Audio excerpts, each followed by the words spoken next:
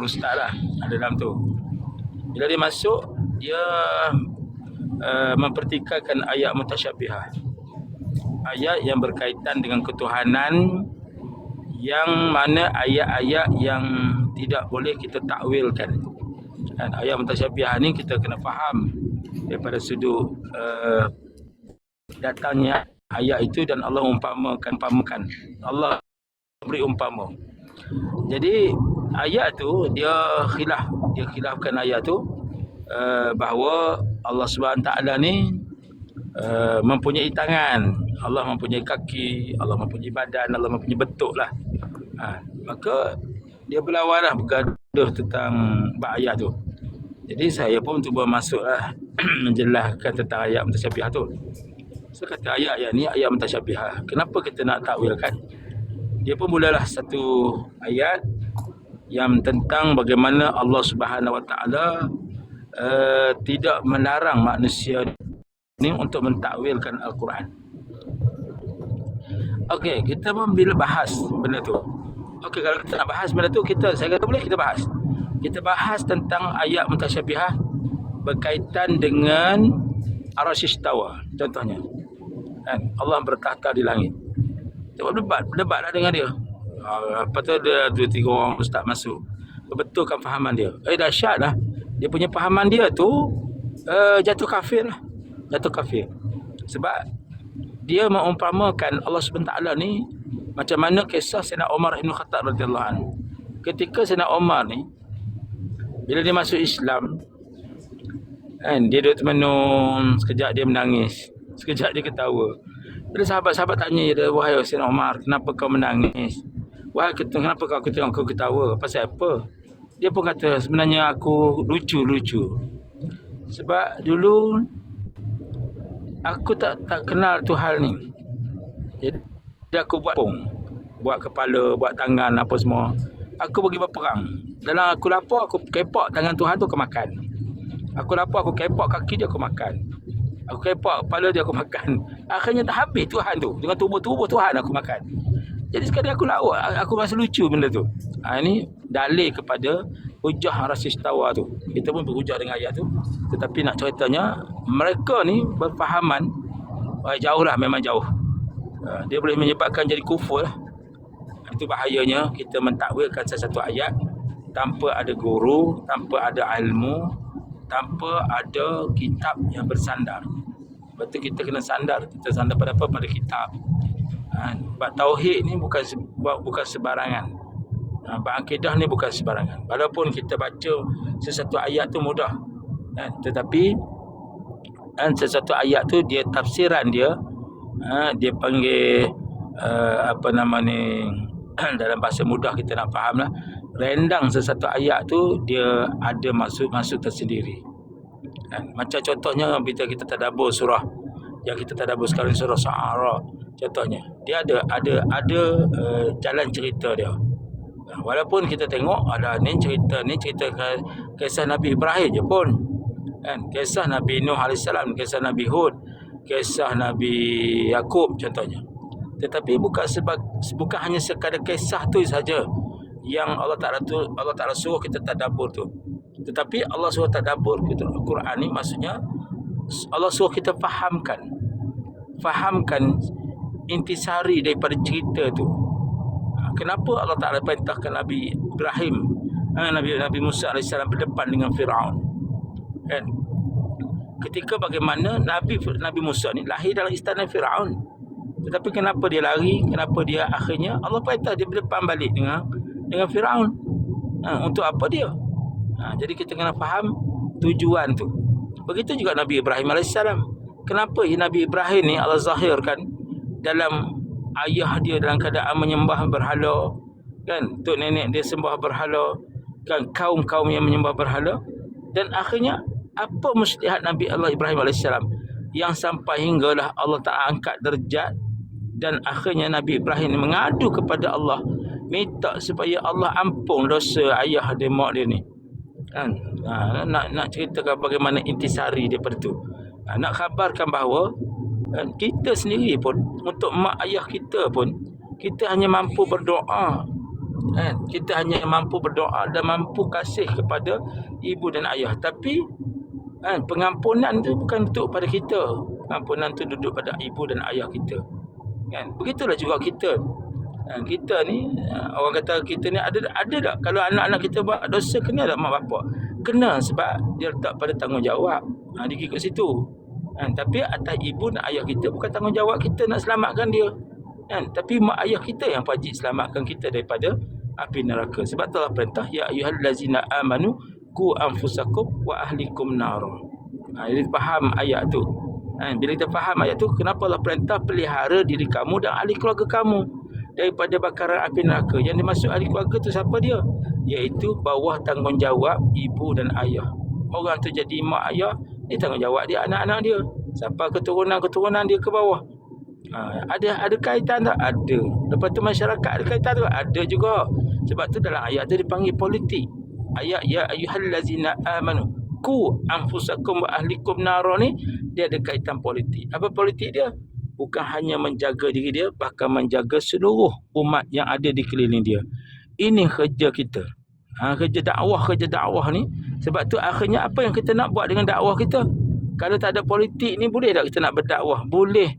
Tapi kita hanya berdakwah saja. Tapi nak buat macam mana? Kita bentuk politik. Macam mana nak buat politik? Kita tubuh jemaah dan duduk di atas standar politik. Daftar sebagai parti politik. Masuk bertanding pilihan raya. Pasal apa masuk bertanding pilihan raya? Pasal nak dapatkan kuasa. Untuk apa kuasa tu? Untuk mengubah dasar. Untuk mengubah dasar, untuk melaksanakan hukum dan undang-undang Islam. Itu yang kata dasar yang ada pada syarak. Tu dia. Lepas tu kita nak balik ke situ. Tapi kalau orang tak faham, dia kata tak boleh, mana ada politik suku, agama suku, tak boleh campur dengan agama. Ini yang sesat. Sebab apa? Dia tak faham kepada siasah. Tak faham kepada perintah Allah untuk menegakkan perintah hukum ataupun menegakkan hukum tu, melaksanakan hukum, meletakkan syariat tu di mana cara dia. Hari ni kalau nak setakat kita berdakwah, pergi panggil orang mari masjid, boleh lah. Tapi nak menegakkan hukum boleh tak? Tak boleh lah, sebab tak ada kuasa. Jadi kita memerlukan kepada kuasa. Kuasa itulah sebenarnya penentu kepada penentuan dasar. Apa dasar kita nak buat? Kita angkat dasar, kita angkat pemimpin untuk melaksanakan syariat Allah, melaksanakan hukum Allah, melaksanakan Islam, melaksanakan barakatul fil auliyat. Okey, di situ duduknya. Duduknya pemerintahan Islam. Itu yang kita wajib pula dari situ. Wajib kita sokong perjuangan Islam. Kalau orang tak boleh kata kita ajak ke masjid dulu, nanti bila dia pergi masjid dia akan tinggallah benda-benda maksiat. Dah. Berapa ramai orang semayang akhirnya masuk dalam neraka. Sebab apa? Sebab tidak ada perlindungan. Sebab tu nak Allah Taala perintah Nabi sallallahu alaihi wasallam bukan hanya sekadar menyeru, tapi membangunkan sebuah negara Islam. Nabi dia mengangkat kota Mekah dan Madinah, dan 2/3 dunia tu adalah dengan kuasa Islam. Yang tu yang kita nak. Jadi insya-Allah kalau kita ambil dekat situ, sudah tentulah kita akan jadi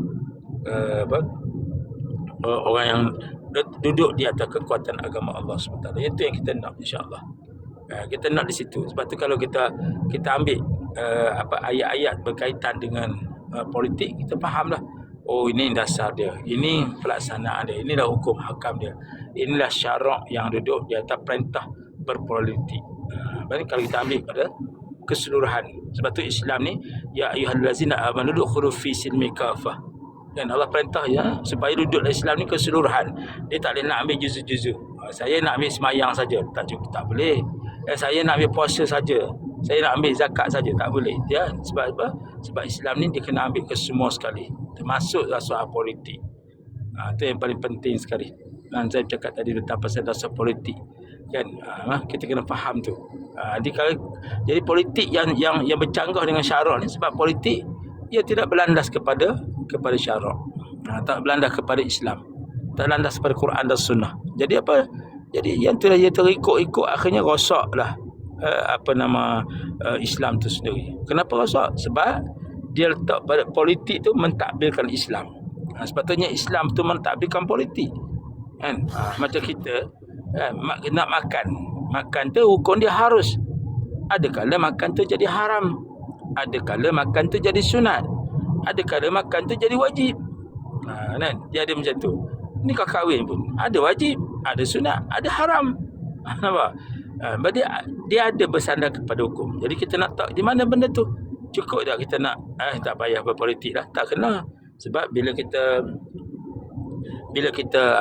bab soal nikah kahwin, dia ada politik. Sebab ada politik, kenapa? Sebab dia bersangkutan dengan undang-undang. Undang-undang apa? Undang-undang keluarga Islam. Setiap negeri ada undang-undang keluarga Islam.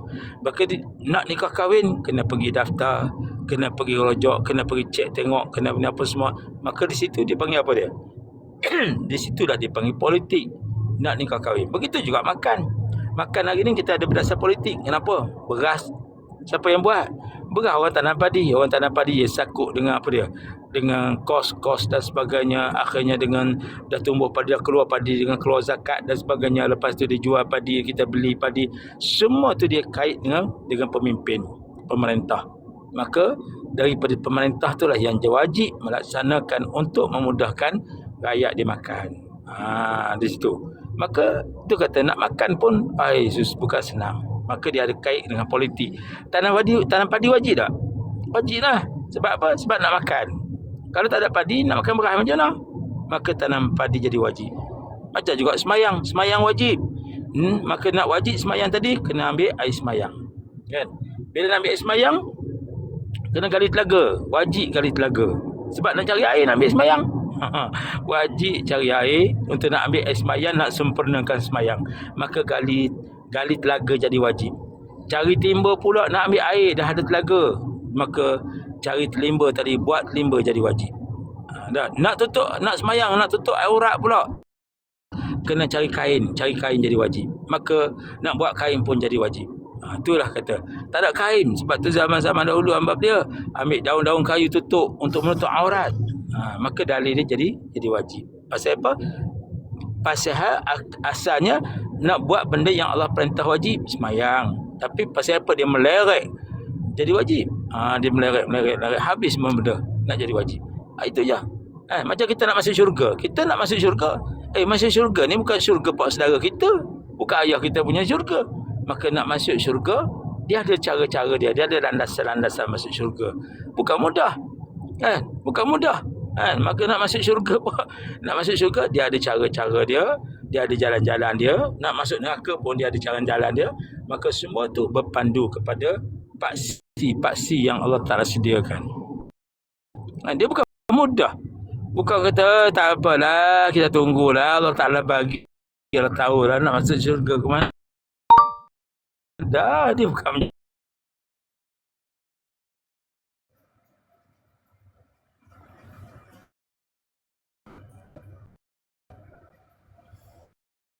macam tu kan. Sebab tu semayang banyaklah kita nak masuk syurga, belum tentu. Sebab apa? Sebab kan orang yang semayang banyak sampai hingga amar ma'ruf nahi munkar dia tak peduli, masuk neraka. Kan seorang habib, seorang orang alim, kan dia lari masuk dalam gua. Pasal apa? Sebab duduk di kampung dia kata banyak sangat maksiat. Dengan orang ni nak buat ibadat pun tak boleh. Lari duduk dalam gua, berkhaluah dalam gua. Bila duduk dalam gua berkhaluah dalam tu, mengasingkan diri daripada orang.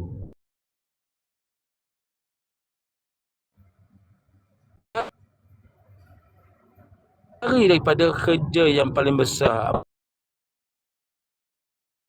Apa dia kerja yang paling besar? Kuntum khairu ummatin ukhrijat lin-'ani munkar. Tu.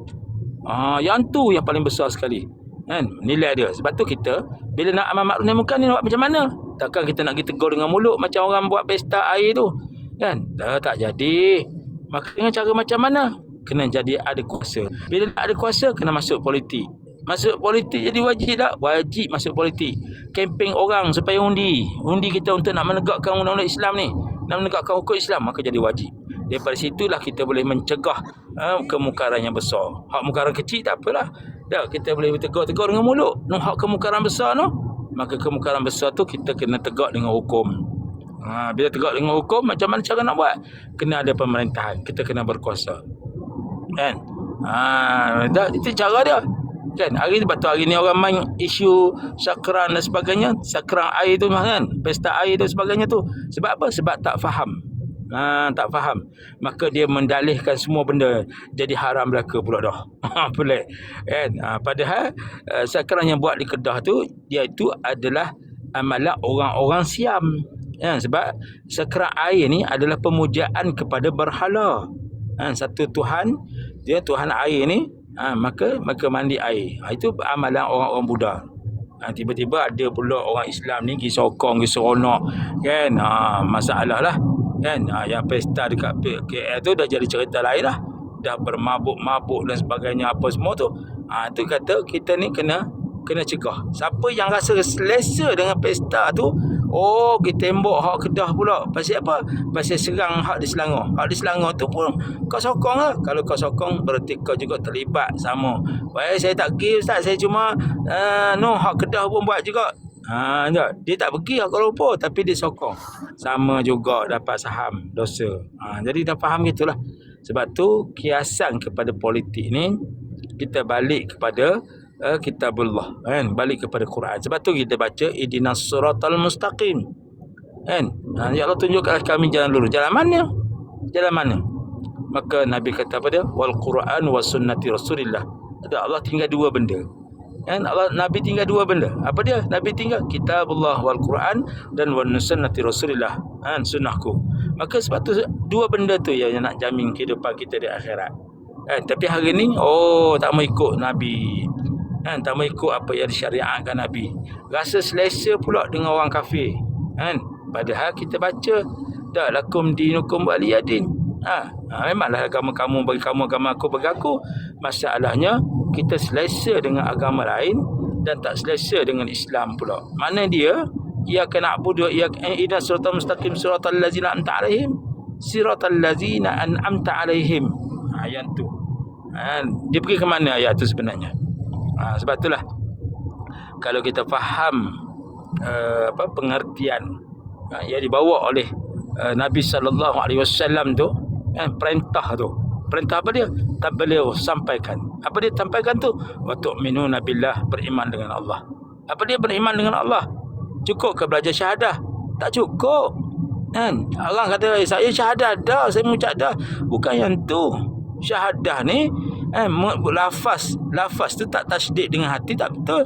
Laisal imadu bitamanni walakin haqqa bil qalbi wa saddaqa ama atau kama qala. Nabi sallallahu alaihi wasallam bersabda, sesungguhnya iman itu bukan hanya mengaku dengan mulut, bukan mengaku dengan lidah. Saya Islam dah, tak betul tu. Tapi Islam ni dia ucap dengan tasdid, yakin dengan hati dan dibuktikan dengan amalan. Dibuktikan dengan amalan. Maknanya bila tersebut syahadah, di mana punca syahadah? Punca syahadahnya lafaz. Tapi tiang syahadah di mana? Iaitu hati. Percaya dengan Allah. Bila sebut syahadah, lafaz di lidah, percaya tak, yakin tak dengan Allah? Yakin kat macam mana pula? Yakin tu maksudnya kita taat kepada perintah Allah, taat kepada suruhan Allah, tinggal larangan yang Allah larang. Itu pengertian daripada tasdid dengan hati.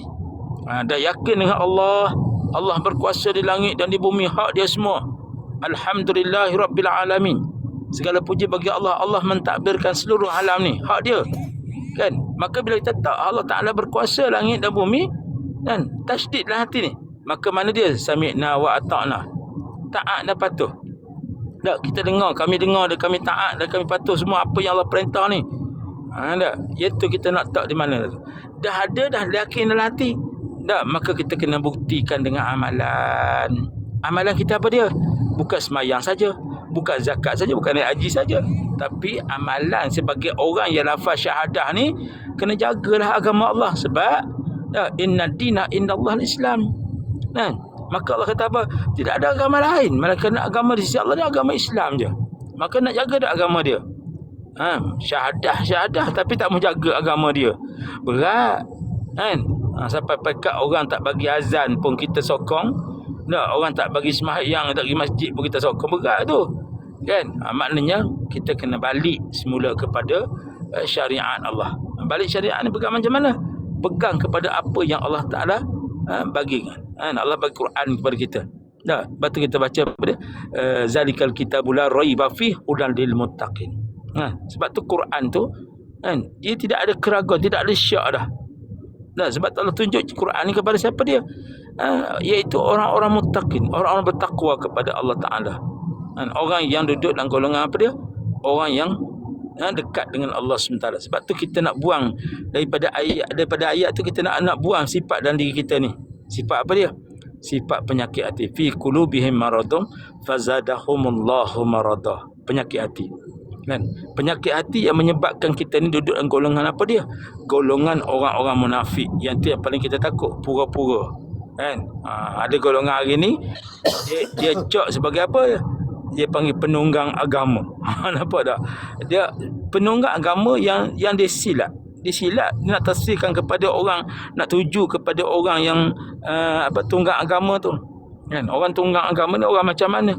Kan? Orang macam mana yang kita nak tafsirkan penunggang agama sebenarnya? Kita senang je cok orang. Oh ni penunggang agama. Oh ni begini. Oh ni begini. Macam hari ni. Dia tak kesian ke? Kan dah tua dah. Dia hina seorang tok guru. Kan? Dah tua dah tak larat dah, cukup dah, rehat dah. Perjuangan Islam Nabi sallallahu alaihi wasallam berjuang sampai akhir hayat. Nabi tidak ada pencen dalam berdakwah. Kan? Berdakwah mesti sampai 55 saja. Lepas tu Nabi kena rehat. Tak. Berdakwah sampai ke mati. Selagi orang tu panjang umur, dia kena berdakwah. Dia kena menyampaikan, tabligh, sampaikan. Hak baik dia kena kata baik, hak jahat dia kena kata jahat. Maknanya dia kena jelas. Gitu. Lepas tu kita kena berusaha. Ni yang kata kerja yang paling baik di sisi Allah Taala ni, tak ada kerja lain dah. Melainkan kerja apa dia? Kerja menyeru kepada orang kepada jalan Allah Subhanahu Wa Taala. Itu. Sebab tu kita kena balik kepada Quran. Sebab tu kita tadabbur, tengoklah surah Ankabut dan surah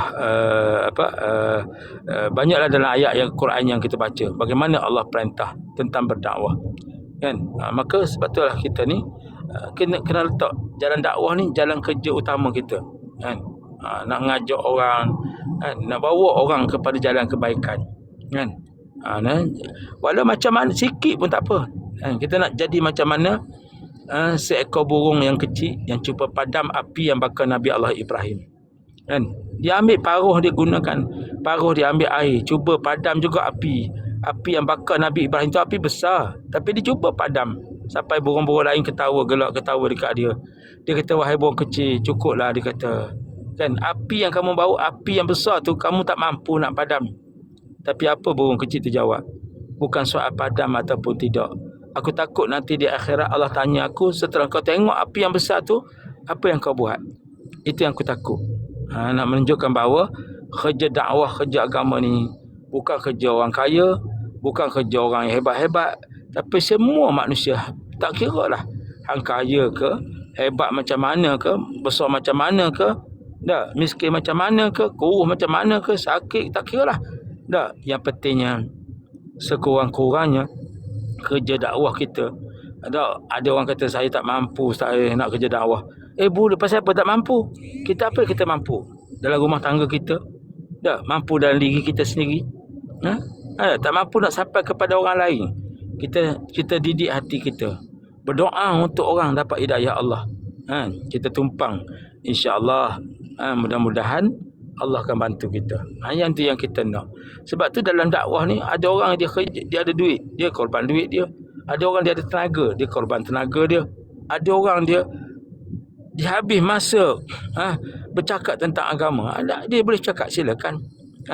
Tapi yang paling dilaknat oleh Allah Subhanahu Wa Taala apabila Nabi Musa alaihissalam mengata kepada Allah, ya Allah, macam mana aku nak pergi depan dengan Firaun? Firaun tu seorang manusia yang hebat.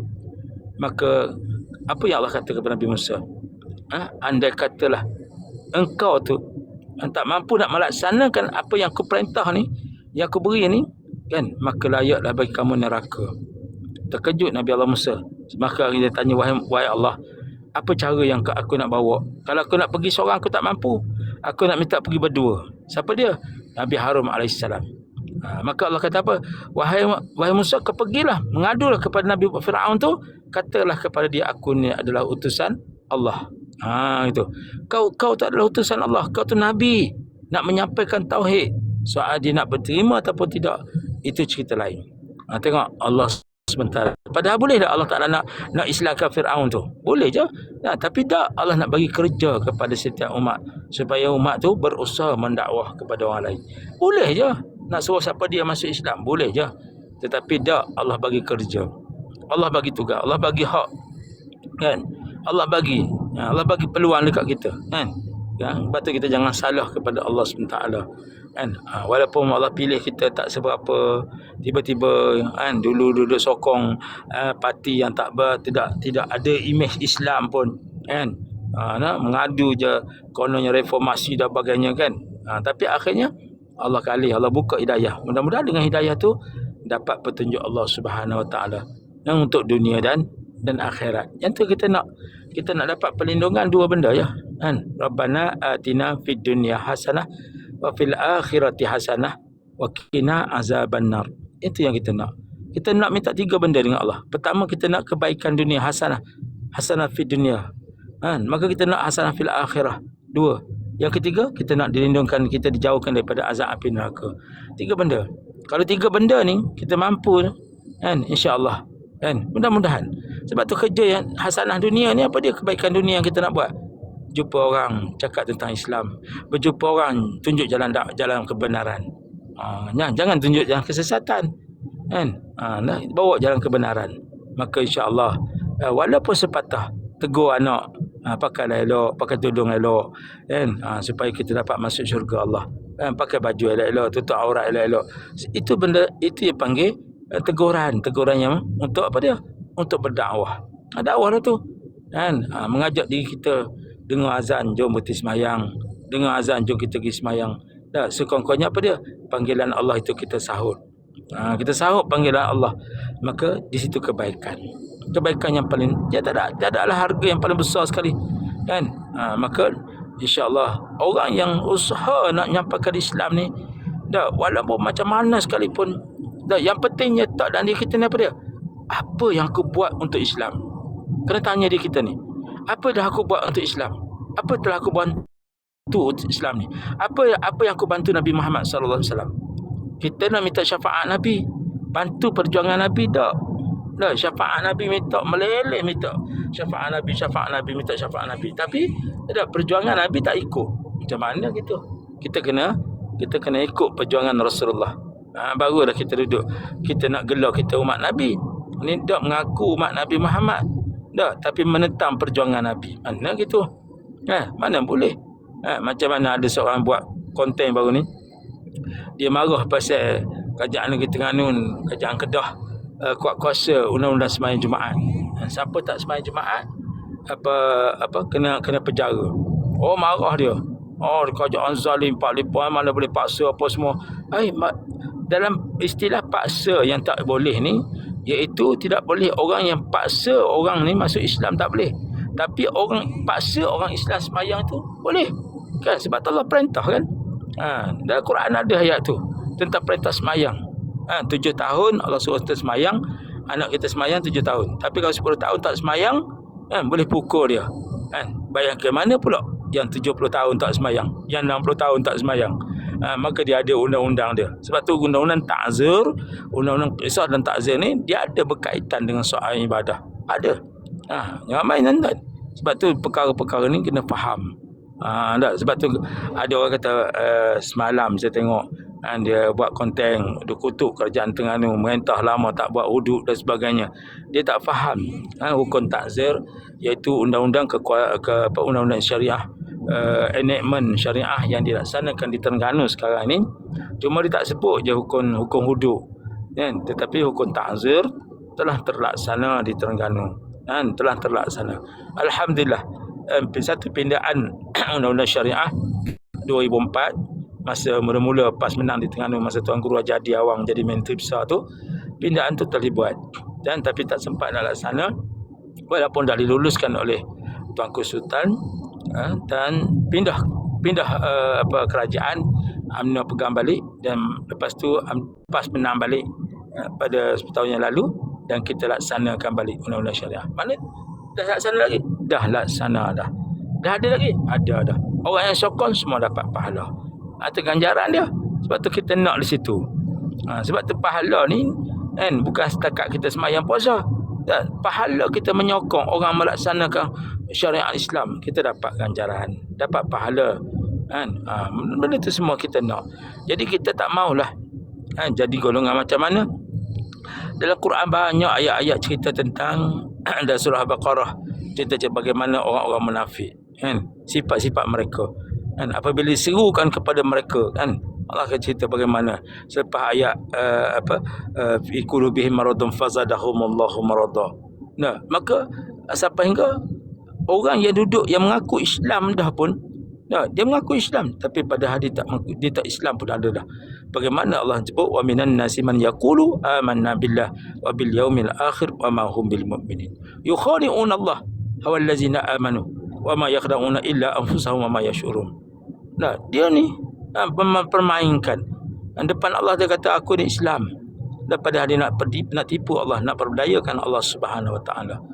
Yang tu yang paling kita takut kerja kita yang kita nak buat, nak dapat pahala, nak dapat ganjaran ini, dah tiba-tiba kita terduduk dalam golongan orang-orang munafik. Takut benda tu. Sebab itulah kita jagalah ibadah kita, jaga hati jiwa kita supaya diri kita ni tidak tergelincir.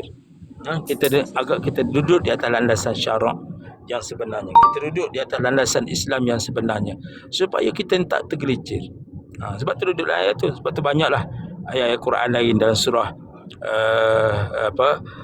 dalam surah Yasin pun kita baca kan tentang kisah bagaimana akidah kita dengan Allah SWT. Bila sebut akidah ni tuan-tuan, kita bukan setakat baca je salamun qaulan min rabbir rahim wamtazur ya ayyuhal mujrimun alam ahdi lakum ya bani adam alla ta'budu syaitan innahu lakum aduwwum mubin. Bukan setakat baca je, tapi kalau kita menghayati kan ayat-ayat Quran itu sendiri, masya-Allah. Cuba sebab tu kita buat tadabbur, dan tadabbur ni kita nak memahamkan tentang ayat-ayat Allah, kita nak faham tentang kalimah-kalimah yang Allah Taala letakkan kepada, Allah turunkan wahyu kepada Quran. Apa dia tu? Iaitu kalam-kalam Quran, kalam-kalam Allah tu, ayat-ayat Quran yang Allah turunkan kepada manusia ni. Allah nak pandu manusia ni, yang tadilah kita minta pada khatul jannah, kita nak masuk syurga Allah. Tapi bukan setakat kita sebut saja nak masuk syurga Allah, tapi kita nak buktikan apa kita dengan Allah kan. Kalau kita hari ni macam semayang kita, boleh tak kita nak declare semayang kita hari ni Allah terima? Tak boleh. Agak-agak kita boleh tak declare, ya Allah aku semayang dah ya Allah, kau masuklah syurga, kau masuklah aku dalam syurga-Mu ya Allah. Boleh tak kita nak declare macam tu? Tak boleh. Sebab kita tak tahu semayang kita tadi Allah terima ke tidak, banyak manalah pahala kita dapat, ikhlas ke tidak kan. Sebab tu puasa kita hari tu, boleh tak kita nak declarekan kita beriman dah dengan puasa tu? Belum tentu lagi.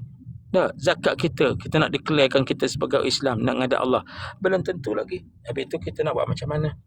Allahu Akbar kan. Kita nak buat macam mana? Kita nak buat macam mana? Kita nak declare dengan Allah, melainkan kita declarekan diri kita dengan Allah SWT ni, declare kita declare kita sebagai orang mukmin. Kita declare sebagai orang Muslim, cukup dah. Ya Allah, aku dah Muslim dah ya Allah. Mudah-mudahan kau terimalah ibadah aku ya Allah. Nak jadi orang muqarrabin, jauh. Nak jadi orang mujtahid, jauh. Nak jadi orang makam yang tinggi-tinggi, tak sampai kita. Tak mampu sampai. Jadi kita jadikanlah orang Muslim. Jadi orang Muslim pun cukup. Mudah-mudahan dengan Muslim yang ada pada kita itulah Allah angkat martabat kita. Yang tu yang kita nak. Jadi sahabat-sahabat yang dirahmati Allah, tadabbur Quran pada malam ni kita tangguh malam esok lah, sebab malam ni saya tengah memandu lagi ni. Jadi insya-Allah mudah-mudahan kan kita dapat hidupkan hati kita, amalan kita ni. Sebab tu kami dalam surah ni kita buat tadabbur Quran. Kita ambil bagaimana Nabi sallallahu alaihi wasallam cerita kan, semulia-mulia umatku adalah orang yang tadabbur Quran. Bukan setakat baca dan faham makna lain. Ustaz, saya baca dah Quran. Ramai orang baca Quran tapi tak faham ayat Quran. Dia tak faham cerita-cerita dalam Quran. Dia tak faham. Dia ada orang dia baca Quran, dia baca terjemah tapi tak tafsir, kan, tak tadabbur. Kan, tak tadabbur ni lain, terjemahan lain. Kan? Sebab tu kita baca bismillah contohnya. Bismillahirrahmanirrahim. Nak fahamkan bismillah tu, masya-Allah. Kan? Kalau saya faham bismillah ni tuan-tuan, kitab bismillah tu kalau baca 4 bulan pun tak habis. Tajuk dia bismillah je. Masya-Allah. Sebab itulah kita nak mudah-mudahan dengan kita tadabbur Quran setiap malam, kan, dalam surah ni, online saya ni, kan, bersama bidadari senja dan sahabat-sahabat kita, dan walaupun silih berganti, kan, bertukar orang siam selalu, kan, orang ni baru sak muka lama, sak muka baru, sak muka lama, kadang-kadang hilang, kadang-kadang timbul, itu biasa, kan. Kita tak rasa apa, kita relax, tenang. Siapa nak masuk silakan, siapa nak keluar silakan, kan. Saya tak suruh baca, kan, kami tak suruh baca. Kami kadang-kadang Tok Imam baca, kadang-kadang Kak Faridah baca, kan, kadang-kadang orang ni baca terjemahan, kan, lepas tu kita tafsir. Saya tadaburkan benda tu. Pasal apa? Sebab Allah Subhanahu Taala menyatakan kesempurnaan, kemuliaan yang diangkat daripada kalam Allah itu, membaca dan memahami dan mencari intisari daripada setiap ayat-ayat Allah Subhanahu Taala. Sebab dia ada cerita. Di sebalik ayat-ayat Quran ni dia ada cerita. Bukanlah tuju kepada dia tak sebut nama kita. Dia tak sebut nama orang ni tak, kan, tetapi dia tuju umum. Sesuatu kisah, sesuatu seruan, syariat dan sebagainya adalah umum. Bila sebut umum tu, kan, dia sebab tu kita tadabbur. Bila sebut umum tu berarti perintah itu kepada siapa dia? Ada perintah Allah tuju kepada orang bertakwa. Ada perintah Allah tujukan kepada orang muslim. Ada perintah Allah tuju kepada orang munafik. Ada perintah Allah tuju kepada orang kafir. Kan? Ada perintah Allah tuju kepada jin. Ada perintah Allah tuju kepada manusia. Dan bahkan Allah tujukan kepada jin dan juga manusia. Sebab tu khalaqal jin wal insan illa liya'budun. Kan? Allah Ta'ala jadikan semua petunjuk itu bukan hanya untuk manusia je. Allah perintah nak sujud kepada aku ni. Tidak aku jadikan jin dan manusia melainkan untuk nak abdikan diri kepada Allah. Allah kata. Maknanya, kan, semua penyusunan yang Allah bagi tu, Allah turunkan Quran kalam itu untuk manusia dan jin. Kan? Sebab dua makhluk ni yang paling yang besar atas dunia ni. Kan? Jin dan manusia. Sebab tu Allah tak tuju kepada malaikat. Allah tak tuju kepada makhluk lain. Sebab manusia itu ada nilai dia yang Allah Subhanahu Wa Taala angkat. Ada nilai yang Allah Subhanahu Wa Taala letakkan kepada manusia. Jadi kita faham ayat tu. Sebab tu kita baca ayat-ayat Quran ni, bila kita tadabbur kisah-kisah tu, maka kita pun tahulah, oh ni kisah Nabi Musa alaihissalam. Banyak dalam Quran Allah cerita pasal Nabi Musa. Dan Allah cerita pasal tiap-tiap nabi. Allah cerita pasal, Allah dedahkan pasal golongan-golongan orang-orang yang bertakwa kepada Allah. Apa yang Allah bagi?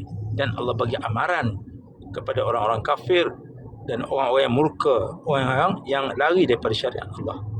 Maknanya Allah ajar, Allah atur semua benda tu. Jadi insya-Allah mudah-mudahan kita dapat ibrah, dapat pengajaran, kita jadikan sebagai panduan. Jadikan sebagai satu pegangan hidup kita. Tak ada benda dah dalam dunia ni yang paling berharga. Nak zaman lah ni. Zaman lah ni apa dia berharga dekat kita? Tak ada nilai. Duit ringgit pun tak ada nilai dah sekarang ni. Minyak, dengan harga minyak, dengan macam-macam kan. Masa peringkat orang dah sanggup membunuh dan sebagainya. Kehidupan manusia. Dah tak nampak lagi dah. Kan? Sampai hingga begitu sekali. Sebab tu dia kata lakum dinukum waliyadin tu, kat mana nilai dia? Kita kena balik semula rojok kepada ayat tu. Kan? Mudah-mudahan sebab tu Allah peringat. Allah peringat kepada kita tentang tentang kehidupan manusia itu sendiri. Tentang kehidupan manusia di atas muka bumi. Sebab tu Allah perintah ya ayuhan nas, wahai sekalian manusia. Allah perintah. Wazkurukum ala azidakum. Allah sebut dalam bab tu. Bagaimana nak jadikan manusia ni Kalau manusia ni Allah tuju semua, tak kira orang Islam ke tak apa semua, Allah tuju pada semua manusia. Tapi kalau sebut ya ayyuhallazina amanu, Allah tuju kepada orang beriman. Ya ayyuhallazina amanu tu Allah tuju kepada orang beriman saja. Untuk apa dia tu? Untuk peringatan tentang azab-azab Allah. Allah cerita dalam Quran. Kan? Bagaimana azab yang Allah Ta'ala sediakan. Bagaimana neraka. Bagaimana periknya di mahsyar. Bagaimana titian sirat. Bagaimana azabnya ketika kita saat kematian. Jadi benda tu semua kalau kita cuba hayati, cuba fahamkan, sudah tentulah kita boleh ambil pengajaran, dan insya-Allah mudah-mudahan Allah Ta'ala beri hidayah kepada kita, dan Allah matikan kita dalam iman dan taqwa. Mudah-mudahan Allah golongkan kita dalam golongan orang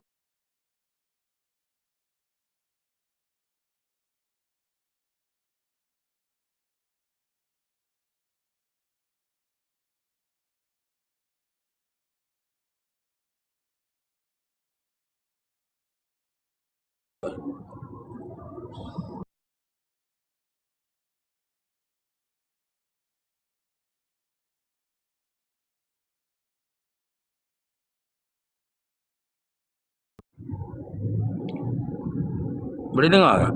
Ke lain tak ada? Tadi kita berhenti sebentar. Ni okey. Berhenti sebentar tadi? Iyalah. Lain. Lain. Okey, teruskan Imam.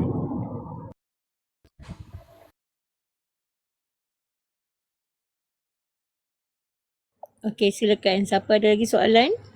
Malam ni boleh boleh bertanya kepada Ustaz. Tadi siapa ni Raja King tadi nak tanya soalan, silakan Raja King.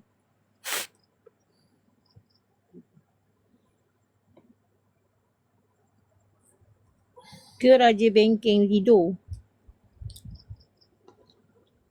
Lupalah soalan. Tadi tanya Zat Allah. Soalan petang tadi dia tanya, kita boleh ingat. Ni malam dia tak lupa pula dah.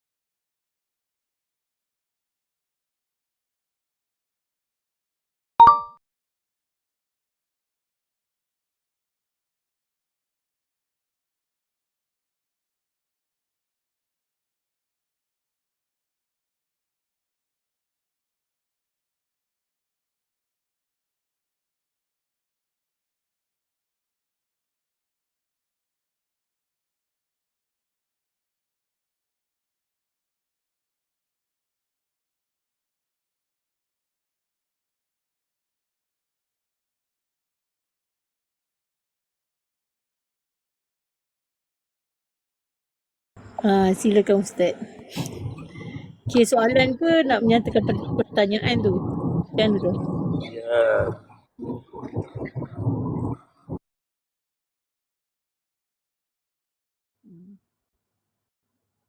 Silakan Ustaz. Ya, macam tadi lah yang saya sebut tadi tu. Ya, sebenarnya benda-benda dah yang berbahaskan tentang ayat-ayat mutasyabihah. Ayat-ayat yang berkaitan dengan perumpamaan yang Allah jadikan. Kan? Macam mana kalau kita ngaji